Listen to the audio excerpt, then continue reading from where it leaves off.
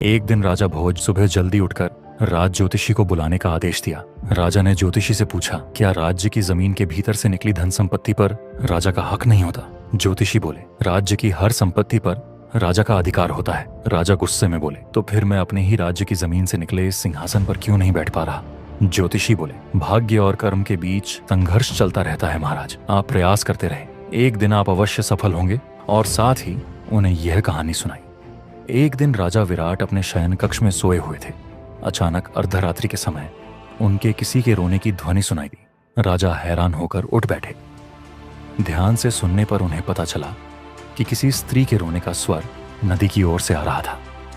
आवाज का पीछा करते करते वे वहां नदी के पास पहुंच गए, जहां नदी के किनारे एक स्त्री रो रही थी।